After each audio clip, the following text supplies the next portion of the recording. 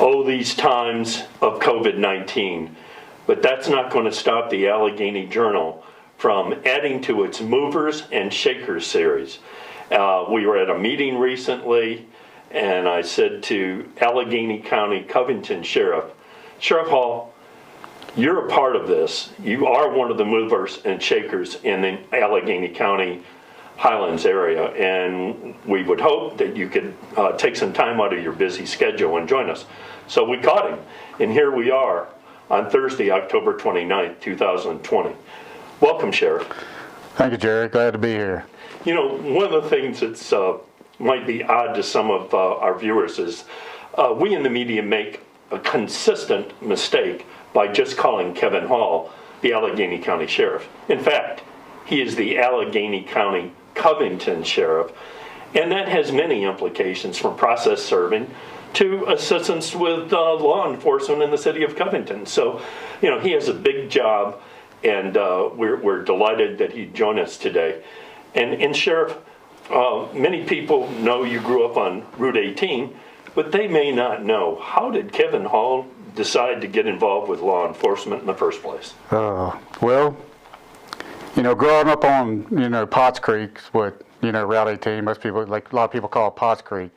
It was a hard life growing up, out in the country, and 2 brothers, 2 sisters, and actually one brother was born when I was 13 years old, but, it was kind of hard life and rough growing up, but I think it's made me a better person, and my dad always said you got to outwork people, and so you got to get out there and get it. Nobody's going to give you anything, so I think that helped me, get to where I was at. But, I started off putting in satellite system. Well, I started off, went to Ferrum for a little bit and played baseball, and then I got mono and came back, and then my dad got in bad shape, so I started working, and my dad got kind of crippled up with arthritis and stuff. And he was an Alleghany County Board of Supervisors member, wasn't he? He served a term there, actually died in office, of a heart attack at age 55. He's 18 years older than I was, and so I started getting concerned, last year when I turned 55. But, Trooper Crush was a really good friend of my grandfather's. They used to have rabbit hunt, stuff like that. So I think he was a real big influence on, after I started, I said, I need to do something, and I really, got involved and got excited about that, and the opportunity came along and got hired by Covington Police Department, and, just went from there. Everything they were really good to me. I got a lot of training, worked for 5 chiefs, a lot of good supervisors. I have a love for them, and, I hated to leave, but, people, were coming to me and said, hey, we need you to run, and, in 2007, decided to make, give it a chance. And that was after 20-some years with the Covington Police Department. 22 years of work, just every position except for, I worked patrol, and then I worked narcotics for a couple years. I was a dare officer, then first school resource officer in 2001, did that for 3 years. And then I went into investigations when Kenny Lane retired, Sergeant Kenny Lane retired, and that's where I finished out, my career there with him after, getting elected. And then you became sheriff. Yes, sir. One of the things we noticed about Sheriff Hall, and it's somewhat unusual in political candidates. You may see them in an event or two, make a speech or two, and have some signs. But during the last election, as the Journal was really cranking up, as you all may imagine, we're at all kinds of events. I mean, everything from political speeches to dedications of this and that, ribbon cuttings, all this. And no matter where we went for a period of probably 2 months, this fellow to my left was there early. And so we noticed, not knowing him very well, that he really wanted the job. Some people say they want the job.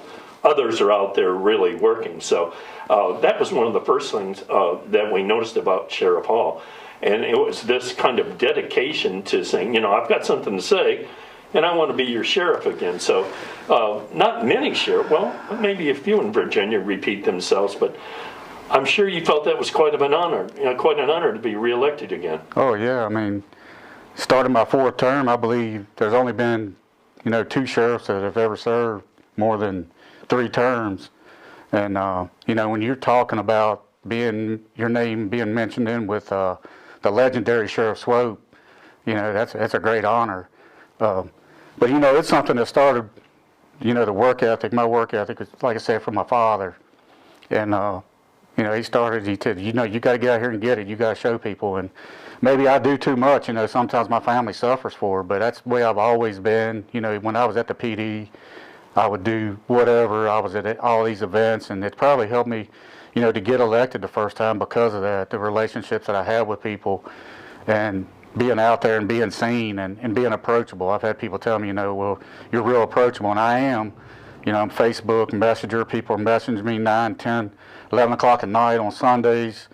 I had Board of Supervisor members that have messaged me about, Even the Journal. Yeah, Journal, or, about a bear being, on Thanksgiving Day and stuff. And, it does take away from my family, but my wife's of 18 years now, she's real understanding about it. She goes through it. People message her. We were in Virginia Beach the other day at a training, and it was 8 o'clock at night, and a lady had a problem, and she messaged my wife to go through me. So I feel like, people pay me a good salary, I earn it. I'm going to be out there, and it's one of the things that I kind of get irritated sometimes with some of my people, because I feel like younger police officers, they're not as involved in the community as I think they should be, or at my level. And that's something that I've had to look at myself and say, you know what, not everybody's going to be as dedicated as that. But I feel like if I'm that dedicated, that's me. This is my life. This is not a job for me. I love this so much. I love helping people in what I do that, before you know it, you've been out there 12, 14 hours a day. And that's just how I live. Well, your guys and gals are a representative of you, Sheriff Hall. And that brings up another point I thought we'd talk about. During your administration, particularly the last one, it seems like you've had an emphasis on both relationships and training. To what extent are you promoting training? We hear of your guys going to Richmond or various academies. Is that a particular emphasis of yours? Well, when I was at Covington, we were given great opportunities for training. I've been to accident reconstruction and a bunch of different things like that. I was actually supposed to go to the Forensic Science Academy, and but it was going to be the year that I was running for sheriff, and rightfully so. Chief Brooklyn said, I can't send you off away. You're running for sheriff, and you may leave, and then we get you trained up, and so up through the years, the guys at Sheriff's Office always kind of felt like, they weren't seen at the level of the guys at the PD or the state police. And I said, well, you've got to be trained, you got to do the job that they do. They didn't work accidents, prior to 2008 when I came over as sheriff. It's just the way the Sheriff's Office did back in those days. There's nothing against the previous sheriffs, it's just they didn't do that stuff. And being at the PD, I brought some of the things over that I'd learned from a lot of other guys, and I said, hey, you want to be considered at that level, then you have to be trained and work at that level. And all those. You don't just walk out and do your first accident report without really knowing what you're doing. Yeah, back in my day when I started out, I was like 3 weeks, with someone, and they threw me out there, in February. By March 1st, February 1st, I started. By March 1st, I was out on my own, had no idea what I was doing really. Gave me a gun and everything, revolver. And I actually remember working an accident, on my own, and I didn't really even know what I was doing. I worked a fatality down on Main Street, down near the city pool. And then when I went to the academy in September, then I learned really, but I had a lot of great supervisors, Bobby Long, Frank Prophet, Kenny Lane, John Hudson. Sometimes you just get thrown into it. Yeah, that's the way it was. Nowadays, you got to spend, you can't do anything till after you finish the academy, so 6 months, and then you have 4 weeks or 5 weeks with a guy. So deputies get how much training initially to be out on patrol? It's 21 weeks at the academy now, and then you have to do another 4 weeks of field training. So it's almost a whole year. Like I said, I was out there arresting people, writing tickets, working accidents and things, but times have changed, and so we put an emphasis on training, and the better trained you are, the better you can respond to situations. And we still got a ways to go. There's some things that we like to do, and you know, the implicit bias training, we've been, you know, ramping that up, and with what's going on nationwide. And I got a guy now at the, you know, investigator. I've had 2 investigators go to the Forensic Science Academy. Fortunate enough to have that, and have one there now. It's going to graduate on November 13th. And so he'll be able to process crime scenes and things like that. So it's, you know, you got to be trained and to do the job and do it right. Sounds like progress. Yeah. And with respect to training, I'm sure that's an integral part of a couple of efforts that have occurred in the last year or so. And one of them is a new concept called crisis intervention that you, Ingrid Barber, Right. a couple of other local officials have pushed. How's that going? I mean, it's working well. That was a 3-year project, you know, 3 years to come to fruition, and all kinds of meetings with, you know, Covington Mayor Sabo, J.B. Brooklyn when he was still a police chief, you know. Briefly describe it. What is the process for this crisis intervention? Yeah. So, you know, we were able to receive a grant that we were able to hire 3 deputies and send them to, you know, the jail academy, which is a little bit shorter, it's 12 weeks. But when people, you know, have a mental situation that they're involved in, they're having problems and whatever, and or a family, you know, they say, hey, they need help, and from 4 to 12 on Wednesdays through Sundays, local officers can pick up those people, and or if a family member gets an emergency custody order, to have them evaluated, pick them up, take them down to the crisis center. It's down at the hospital, and then they go into the ER, and CSB has people that are there that screen them, and then decide whether they need to go be you know, sent to a mental institution to be, you know, to receive treatment. And it gets officers back out on the road where we need to be, instead of the officer, you know, may spend 8, 10, 12 hours. I remember one time before we had this, when I was at Covington, I spent 12 hours in a house one time, you know, with a CSB, you know, personnel interviewing this person. And so now we have that, and it was a 3-year, you know, project that we have a grant that, you know, just sometimes I get frustrated when I want things to happen fast.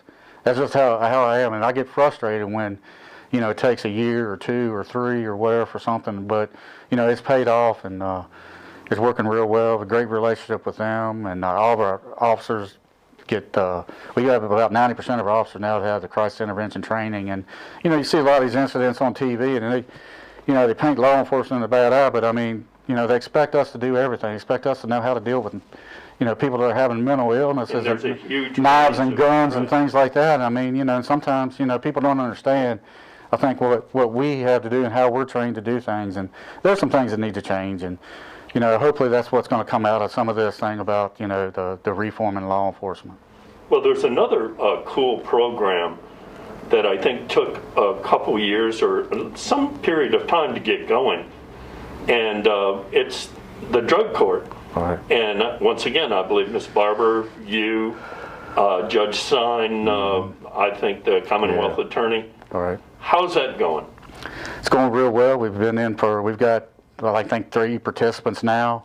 This was a 5-year project too, Jerry. I mean, it's like one of the things I say that I get frustrated about. But in 2015, Ed Stein and myself, you know, the CSB, you know, they weren't coming into the jail like they had been in the past, and because they just didn't have the money, and so we were trying to figure out what to do. And I remember Mr. Stein and came to the board meeting, and he was pretty harsh on CSB, he really was, and I felt bad, you know, after it was over. And I mean, Ingrid, you know, who I have you know, great relationship with Ingrid now, but we kind of got started off a little rocky there because of that meeting, because, you know, Mr. Stein told him as a Commonwealth attorney we need to do this, but we didn't have a judge either. And so what does the drug court do as opposed to the standard circuit court procedure? Yeah, well, the drug court, you know, right now what they'll do is if someone in the jail decides, like say it took 5 years, we finally, you know, help get, you know, a judge. We got Mr. Stein, you know, as a judge, and then when Ann Gardner came in as Commonwealth attorney, she set up another meeting, and we were able to, in the CSB, we got the funding for it, and we were able to get it started. So, you know, kudos to her too for coming in there, you know, and getting things moving again. It needed all of you to probably get it. Oh yeah, it took everybody, you know, probation, CSB, the court, and everything. And the judge, what happens now is every Tuesday we meet at 12:30, and if there's someone in the jail, through their attorney, has to go to the Commonwealth attorney and says, hey, you know, we want to participate in the drug court. So then the Commonwealth attorney will look at the person and the charges that they have and see if they're going to be a good fit. Well, then we decided, then CSB, you know, they evaluate them, and then we come in on a Tuesday at 12:30, and that team all gets together and decide to put this person in the drug court. Well, 1 o'clock every Tuesday, Judge Steins meets with these people and reviews how they've been doing. CSB will say, hey, you need to go to IOP training, or you need to get this. And sometimes, you know, we have people that we've had somebody that's tested dirty, you know, that you know, the urine's been dirty that week, and judge will say, hey, you know, he's give them, you're going to jail for 2 days. So sends them over to us for 2 days, and then on Thursday when you get out, you need to go back to CSB and start over again. So I mean, sometimes we're going to have hiccups and bumps along the way, but he monitors them, sees what they're doing. I mean, it's a rigid schedule. I mean, it's going to take them a long time, but there's a plea agreement between them and the Commonwealth attorney if they complete this program, which sometimes may take a year or two, okay, that the charges will be whatever they agree to. So it gives people an opportunity to change their life and get straightened out. It's a new approach to right. drug cases that heretofore just wasn't available here.